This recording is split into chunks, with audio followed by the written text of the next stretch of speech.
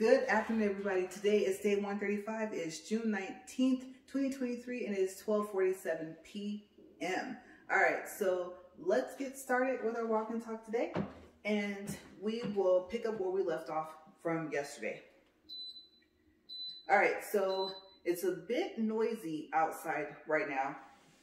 So just fair warning, you guys are gonna hear like some bumpy noises and stuff like that. Not quite sure what they're doing, but it is noisy.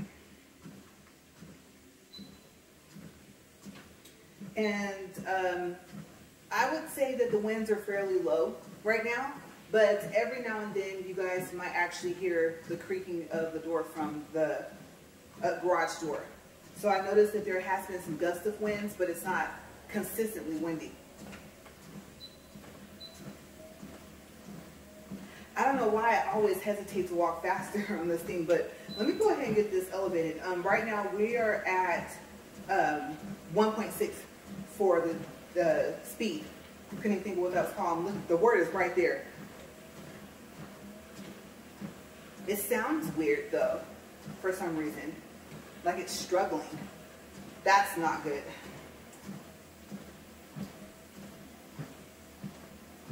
Okay. One more. All right, so let's let this go up all the way, and then I think I'm just gonna kind of, I guess you can say, slow roll it today at 2, 1.7, 1.8, 1.9. There's 2. I'm debating on that 2.1, you guys. I know for a fact that today my legs are not going to let me walk at 2.5.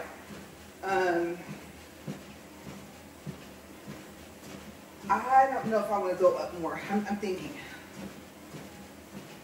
That's so sad. I'm already feeling the burn in front of the lower part of my legs. Thinking maybe I don't want to kick the wall. I was trying to walk like too close to here. Let's see. Okay. How do I feel at 2.1? That's 2.1. Let's just go with it. And if I feel the need to slow it down, then I will. The first thing that starts to heat up here on my body is like right in here. And so once I feel that, I'm just like, uh-oh. So yeah. But okay, yesterday,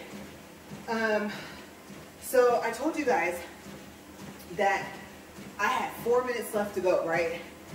And there was an extra chime when I first turned on the treadmill. So I was thinking, what is it? I'm not sure. And I moved the book. There was nothing on the screen. The screen was just blue waiting for me to start the treadmill. So I didn't think anything of it. But what I found out 4 minutes before the video ended was that my husband's phone, from the time I turned it on before I started recording, had connected to the Bluetooth of the treadmill. And that's what those chimes were. And so he was watching some videos inside the house, and the sound started to play through the treadmill. But since he can still, or I should say since he could, since that was yesterday, could still hear the sound on his phone, he didn't know. Now, I'm out here thinking, okay, I don't think I just heard my name, but it started laughing, right? And I was looking, and I was like, I don't even think the speakers are on. Is there a way to turn them on, or do you just turn it all the way down? Well, forgetting that the volume was still up from when he fixed it, I was like, okay, this is very odd. And I thought, just keep walking, go with it. And then I recognized the laugh, and it was of someone that I knew. So I thought, no, I think what's happening is that it's Bluetooth connected to his phone, because it's not connected to mine. I've never connected it, and even if I had, I was in airplane mode. So Bluetooth wouldn't work anyway, right? So I stopped the treadmill. I went in there, and I said, hey, were you watching the video of so-and-so, and were they laughing? And he was like, yes. I said, well, apparently your phone has been connected to the treadmill the entire time before I started recording, and you were just now close enough for it to start playing whatever you're watching. Okay, so I would have to say, even if he was standing, maybe let's say outside in the driveway, if he was watching something, then it probably would have started sooner, and I would have realized it sooner. So yesterday, I had to piece 2 videos together. I thought about it and I was like, the person who was laughing in the video, I don't think they want to be on the video. I mean, this is going to get posted on the internet, right? So that's why I did the cuts. Other than that, I was thinking some crazy stuff has been happening with this treadmill anyway, right? But I was like, the laughing, no. That's not going to work. And I had a slight other thought, which I won't say is impossible, dealing with electronics, and this being I should say, an electrical device. But it turned out, thankfully, I was wrong. Okay, so, yes, that was yesterday. So if you're wondering why was the video kind of like a little bit longer, and that little fade out thing I did, that was kind of cool. Looked like I got beamed, like for Star Trek or whatever, right? I thought I would add in a little special effect, but yeah, that's what happened. So we're at 6 minutes, 15 seconds, 2.2 for distance, and 20.9 for calories.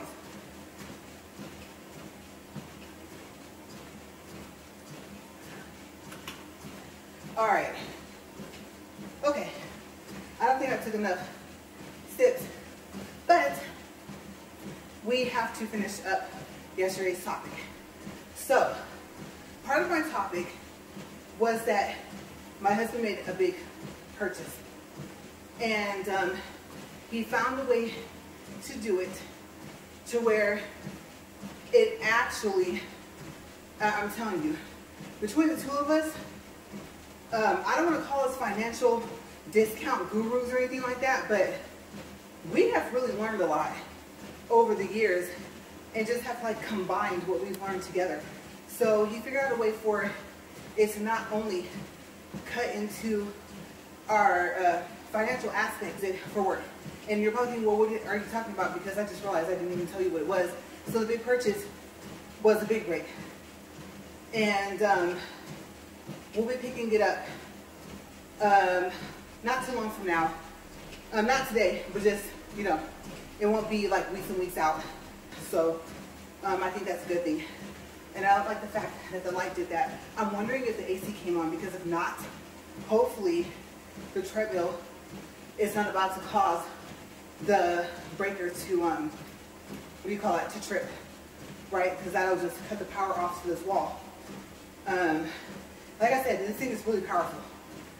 And I think that's part of the problem, is that it needs its own energy source that's not connected to the house. And I haven't quite figured out how to do that. So I'll see. But yes, anyway, so yesterday, what I would have gotten into if I had enough time was what kind is it, what color did he pick, things like that. So we'll go over that today. Like I said, we're going to finish up from yesterday. So 8 minutes, 47 seconds. All right. So he picked a Kenworth T700. And I guess it has a bigger cab than the Kenworth T680. And that's what he wanted. He wanted space inside because this will not be for commercial use. Okay, so I haven't seen too much of the inside. The picture that they have posted online was mainly more so of the back, like where the bunk is, things like that. So I didn't get a chance to really see like the seats, because you guys know me. I am going to try to find seat covers for it, try to find seatbelt covers for it, because it's supposed to be comfortable, right? As comfortable as you can make it. I try to do that with any vehicle that I have, really. And I like to dress it up.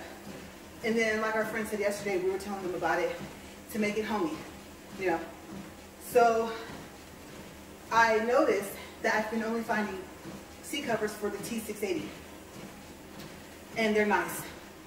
But I've been trying to find information on if the T700 has the same seat.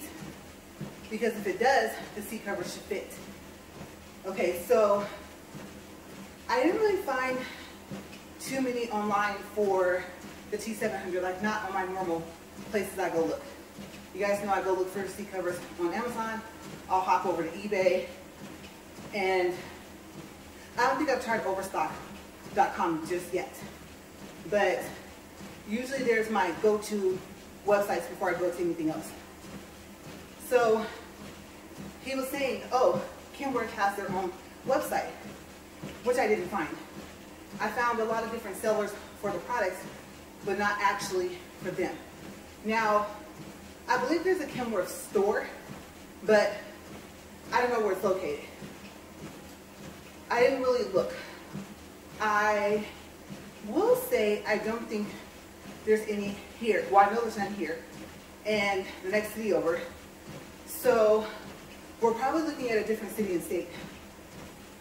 Like literally having to call to make sure they have enough variety to look and possibly drive over there and look. And I don't know. I think maybe if there's a Kenworth store in the city where we have to pick it up from, maybe we'll pop in. But then again, we gotta get the truck home. Okay, so a couple things have already been set up. I think so it's known when we go through different checkpoints and stuff like that, that it's not commercial. But we shall see. I know that he said he has to clean out the inside. And while he's doing that, I'll be looking for the seat covers and the seatbelt covers and cameras. Because the one thing I'm pretty sure that a lot of people watching, especially if you're a truck driver, you know that obviously the back of your cab makes it to where you can't see behind you. The side view mirrors only give you so much view. Okay, so I believe a lot of truck drivers, RVers, possibly even people that have fifth wheels have invested in cameras where you can just see, like not from the front and the side, but in the back. So I had come across cameras like that before, excuse me, and the monitors are pretty big. They're 10, 11, I think I even saw some like 13-inch screens. But I kind of steered away from them because at that time I was looking for cameras for our vehicles, personal vehicles. And so obviously a 10-inch or 11-inch screen is like a small tablet, and that would be too big for a car. That would block like the whole radio area, and if you put it up on the dashboard, then it will block part of your view, right? So now I have to go back in and start looking at those cameras again. The setup, where do they draw power from, all different types of stuff. So it's necessary because he wants to teach me how to drive it. And what I'm nervous about are the air brakes, even though it's an automatic. So, I don't know. I still don't see me trying to learn how to drive it. It's too big. And I'm not trying to catch a federal offense for knocking over a mailbox. So, I would assume a street sign wouldn't be much better. An electrical pole, can you guys imagine that? Oh my gosh. So, yes, now I know what you're thinking, but you won't have a trailer on there. The idea that you guys have will have a vehicle on the top back, but not behind the actual big rig itself. But we have yet to do that. Okay, so seat covers, seatbelt covers, cameras, DMV paperwork is what needs to be done next. And I still forgot to ask him what that thing's called that you want to have taken off, so they could actually look at it and see. Hopefully we won't get pulled over, but if we did, that it's not commercial.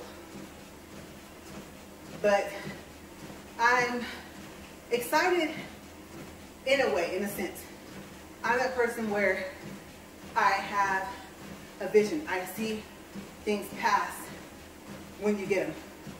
Okay, there's not just you get it and that's it, right?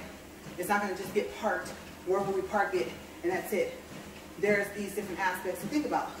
So I'm always thinking ahead, thinking, okay, we need to do X, Y, Z. Which one do we need to do first? Which one do we need to do second? And we go from there. And I think even before, I'll be honest with you guys, even before the seat covers and the seatbelt covers, I do think that the camera is important. Obviously, the DMV paperwork is important.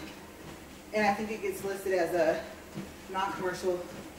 I don't even know if you can list it like a personal use RV or something. I think if it would be registered as an RV. So I have a little bit to learn. And as I learn it, then I can come on here and on the walk and talk, tell you like the steps that you would take. But of course, I know it's dependent on where you live as well. Okay, not necessarily the city, but the state. But it'll just give you guys general ideas. And then you can find out, is it similar to, you know, where LaRae lives? Or is it exactly the same?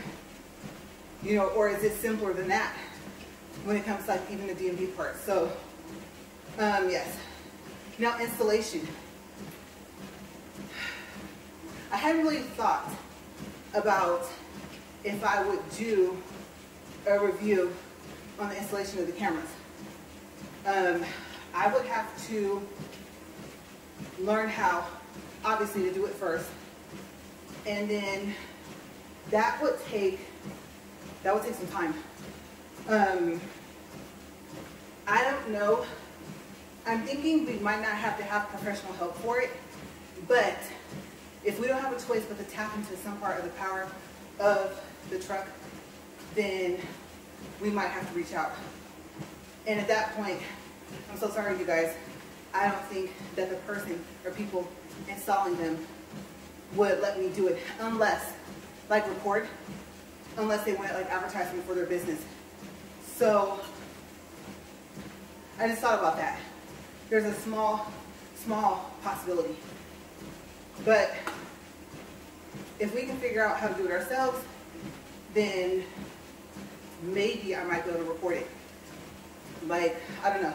I can see my husband doing it, but he's not in my videos. None of them. So maybe if there's any part that I would do, I can have him report that. But the problem is that I don't want you guys to miss steps. Okay, if you're interested in the same camera for your large vehicle. So I just got to do some thinking. I'm going to have to get a little creative if I'm able to even do a review on whatever camera system it is.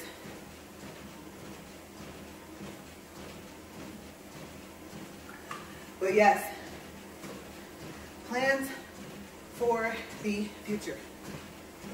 And I know he said that we're not in a rush. And I know that he can drive it without having to have those cameras installed. But if they're not just viewing, if they're recording, I still think it would be beneficial for him to have, even though he doesn't need it for the driving. Hopefully nothing happens. But if you've ever driven a big vehicle or just at all, you know, people do a lot of things. They cut you off and then slow down, change lanes when it's not even necessary, just to get back over to get off the exit when they were already in that lane. Sometimes they'll even change lanes, zoom past you to get in front of you to get off of the exit that was coming up anyway. So you never know when you're driving, like what you're going to encounter.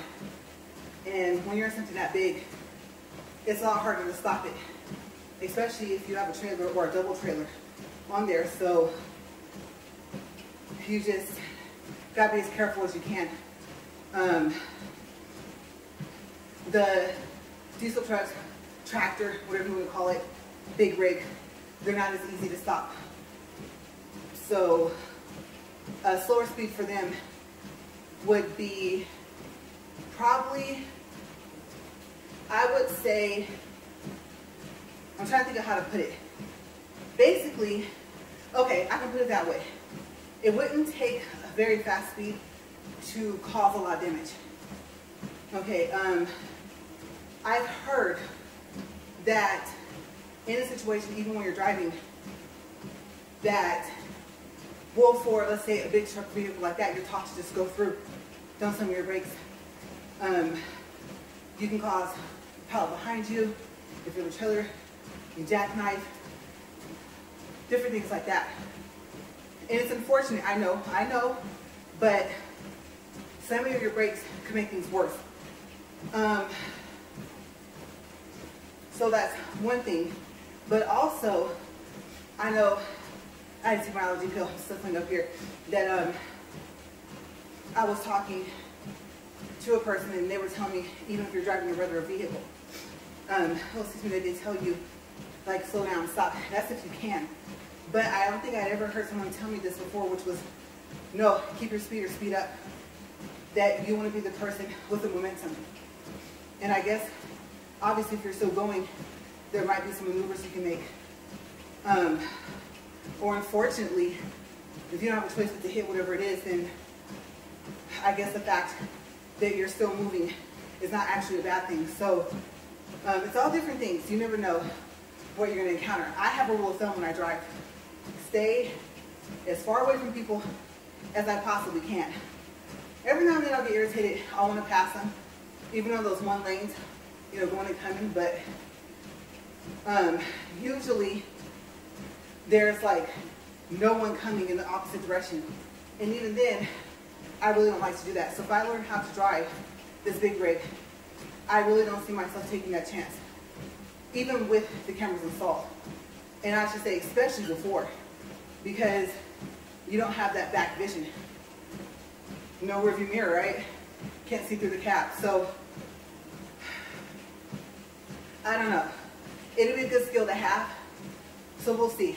But I'm leaning towards no. I think having to worry about driving a regular vehicle is enough. But realistically speaking, if we're out somewhere and he's sleepy, and I'm not, and I know where we're going, especially if it's still daylight, it wouldn't make any sense to waste daylight unless we had a planned stop anyway. So there's a lot of different things for me to think about with it. But okay, color, that's right. So it's black, and he wanted a lighter color for some reason. I can't remember why. Think white or something lighter than black. Well, one, actually, if I think about it, the darker colors absorb the sunlight, right? So of course that heat's gonna come in so faster. So that is one thing, instead of reflecting light colors. So I think a lighter color, it wouldn't be as hot in the cab. And I'm really, really hoping, oh my gosh, I'm so hoping that he tested the AC, because I think our first trip in it might be coming up sooner than I think. And the heat, oh my goodness. And then the tinting of windows and stuff like that, I haven't even looked into that, because sometimes with tinted windows, you know, the thought process is, it's like, oh, my car's gonna look so cool with tinted windows. But you guys, if you've ever had a vehicle that did not have tinted windows, like Max, for example. Max, my Nissan, did not have tinted windows. That heat, I felt like someone turned on an oven. Forget the car heater. And like no matter what I did, even if I cracked the windows, I was just sitting in an oven baking.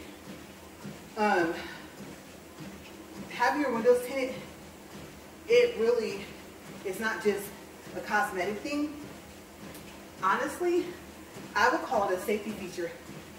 I really would, because even like, let's say it's cooler, so far as the season goes and the temperature outside, it will still feel like you're in a miniature oven. Yeah, so let me tell you, one of the first things I did with Max, way before I did the chrome delete, was I got the windows tinted. And I do kind of wish I went with the lighter tint. Like, I didn't go minimal or anything because it's not legal here, but I thought at nighttime, it's hard for me to see out. So I've been trying to kind of help with that. And I'm not past, you know, rolling the window down if I have to. But usually I'm close to home by the time it's really a problem, an issue. You know, most of the time you're looking forward, you're scanning your mirrors, and you're just kind of looking forward, right? But those turns, left and right turns, nighttime starts to come, and I'm like, I should have just went one tint down. But, I mean, you don't want people to be able to see you in your car. So that does kind of at least for me, play a part for when I got them tinted. So yeah, I had no clue at night the tint would be just a tad bit too dark for me to see out of. So I can see, just not as well as I would like to. And I guess I can say, in my defense, in the neighborhood at least, there's not a lot of street lights. So maybe I'm used to being in more well-lit areas for where I would live. So yeah, I hadn't even thought about the tinting of the windows. And I would, honestly, if that's even a thing people do, I would go with the lighter one. I think on my car I have 20, I would say. And I think I would go like 35. And I can't remember if there's a 40. But the way tint works, if you don't know, is, let me make sure I explain this correctly. So the higher the number, the less tinted your windows are. Okay, I know that sounds backwards, but that percentage. Okay, so limo tint or 5% or something close to that is darker because it's only letting in, I believe, the number of the tint of light. So it's only letting in about 5% of the light. So it's going to be darker on the outside and somewhat darker on the inside to look from the inside out. But if you have, like I said, like a 20, then I won't say that you're letting, let's say 20% of the light in, so to speak. It's just, I think since the tint itself is lighter, more light can come in.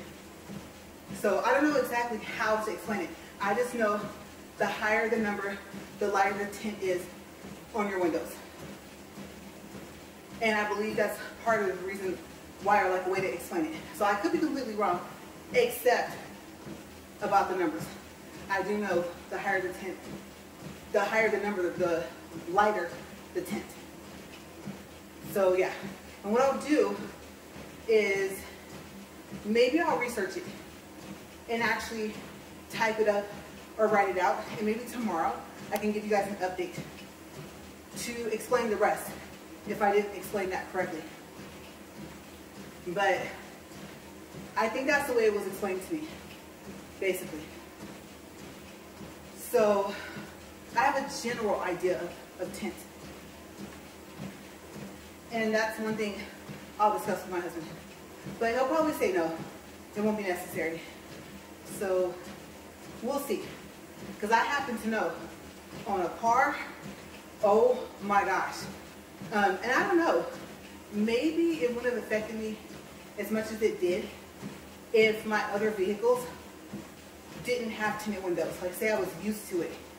But to be honest with you, excuse me, that's a heat that I don't think hardly anyone can get used to. I don't even know how to explain it. because it's not just hot inside your car without tinted windows. You feel like your skin is being heated up somehow. Like you feel it. It's not just like, oh my gosh, it's so hot. You can feel it in your skin. I don't want to say it burns, but something close to that effect, kind of. So anyone watching might say, you know what, that's exactly what's happening. You're kind of being cooked a little bit, so to speak. So I am curious. There's something else. And then how much would it cost? If my husband says, yeah, you know what, that's not a bad idea. So if he says yes, that's something that we should do. I'll see if I can price it and give you guys a general idea. What would it cost to tint windows on a big rig? And what windows can you tint and what windows can you not tint? Because for a car, I would say most places, but in the two states I live in, I would say that it is illegal to tint your front windshield. So I would have to see, I'm thinking, if it's illegal for a big rig, because I don't know. That'd be interesting to find out. And then, if it's not necessary to tint them, is there a specific reason? Are they already pre-tinted? So, a lot to learn. A lot, yes. But, the main thing that I want to say would be possibly the most difficult to find, if they're not the same seats, would be seat covers. If the T680 and the T700 that we're going to have are not the same seats, same size, shape, you know, everything like that. So we will find out. We'll do a time check. We're at 32 minutes and 17 seconds. 1.1 for distance and 118 calories. So I would have to say that now that I'm a little bit warmed up, my legs, they're not hurting, so to speak. At least not the same place. I would probably say like right below my bottom. Yeah. And I don't know, glutes or close to them, that area. I think is what glutes are, right?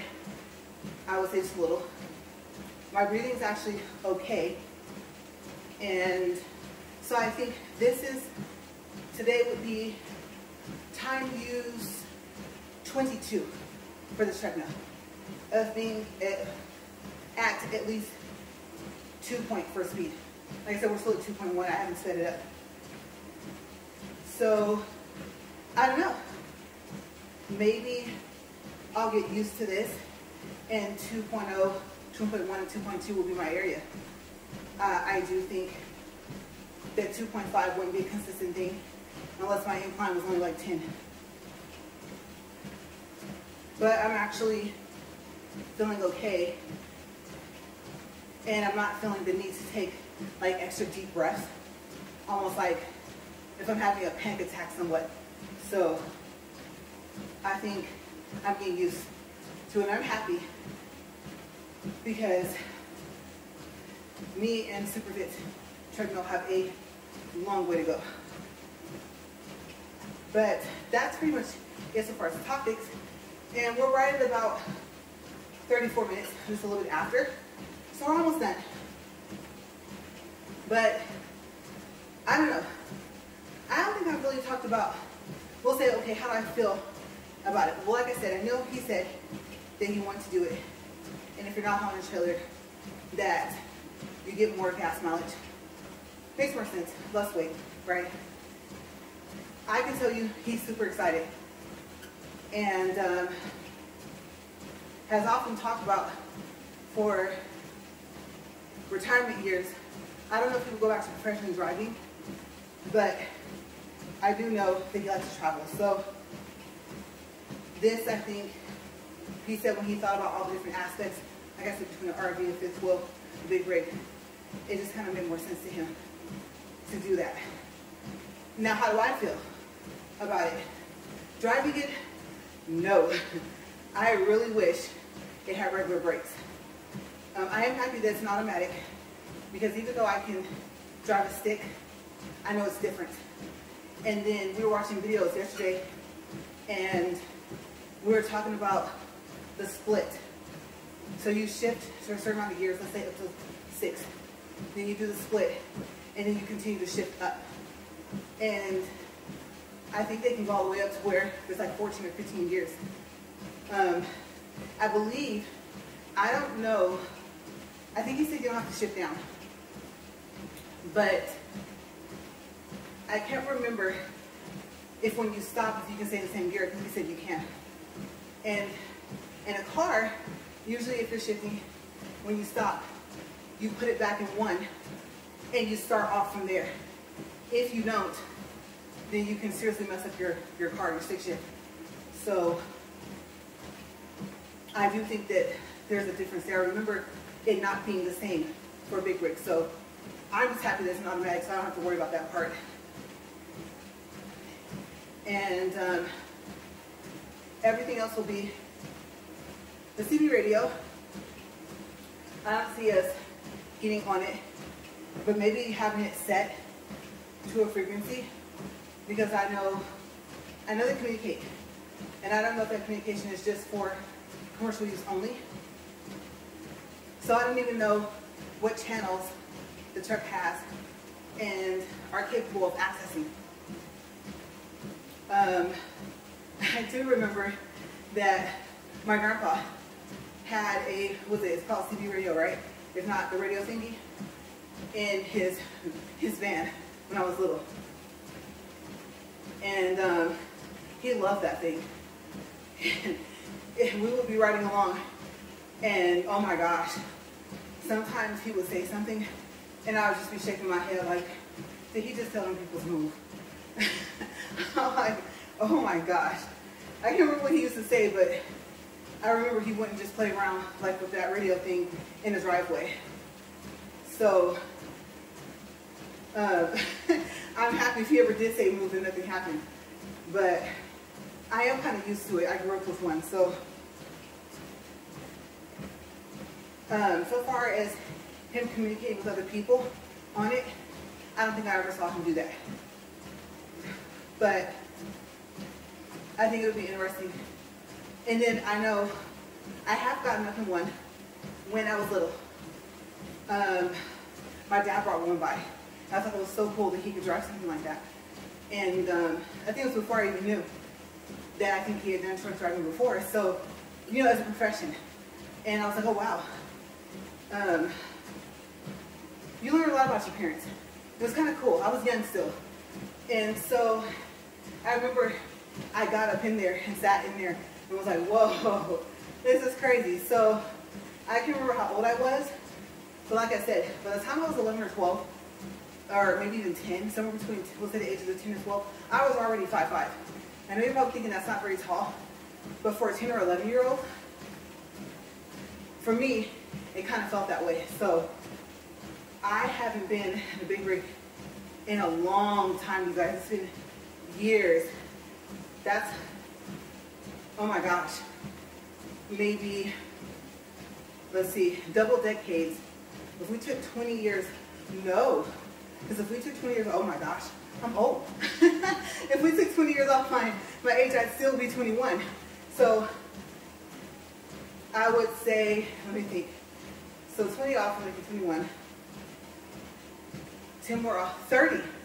So yeah, 3 decades, roughly speaking, since I've sat in a big rig.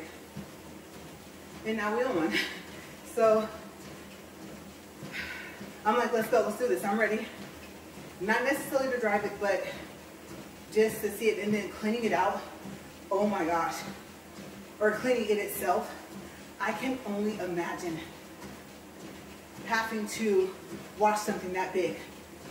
I don't even know if there's a truck wash, since we won't be commercial, if we can use it. And I'm not quite sure I've ever seen one. If I have, I probably drove right past it and didn't pay attention. Who washes it? Or do you have access to the stuff yourself, like in a coin wash? Does someone else wash it for you? So a lot of different things. I would say overall I'm excited. I'm mainly excited because I like to see when people want something positive, I like to see them get what they want. And especially when they put in so much effort. And hearing him talk about it and seeing him do it is, it's a nice feeling. It is. Of course, I've stressed the concerns about it, but I'm pretty sure he knows. And if not, I'm going to tell him today just in case, that I am really happy. I won't say for him, for us, but goals. You know, he said it. He said he would do it and he did it, like I said yesterday. So the most of my happiness comes from seeing him be happy about it. And the fact that he's so skilled at it and he knows so much about it. So I have a lot to learn and he'll be able to teach me. So yes, that's a good thing. 41 minutes, 8 seconds, 1.41 for distance, 151 calories. And you guys, I'm happy. I feel okay. No heavy breathing. I would say allergies kind of messing with my throat a little bit. I'm gonna take a sip of this water while it's lowering down anyway. Almost done. Click, click, click. Hopefully not break, break, break, right?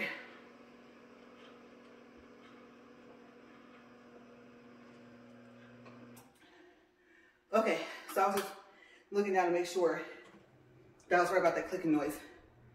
I know we said that inside it was open when we had declined it, testing it after he fixed it to make sure that it wasn't breaking something. So I was just looking down there to make sure that that click, click, click noise wasn't affecting something on the outside of the cover. But yes, all right, so we are done for today. Tomorrow's topic, I don't know. I shall see. But I will see you guys tomorrow. As always, thank you for watching. Now I'm finding myself trying to catch my breath a little bit. It's not as bad as it has been before. I don't feel the need to, like I'm trying to purposely breathe, which is good. So getting the breathing thing under control and I'm getting used to the treadmill and I'm happy about that. All right, I will see you guys tomorrow. Have a great day.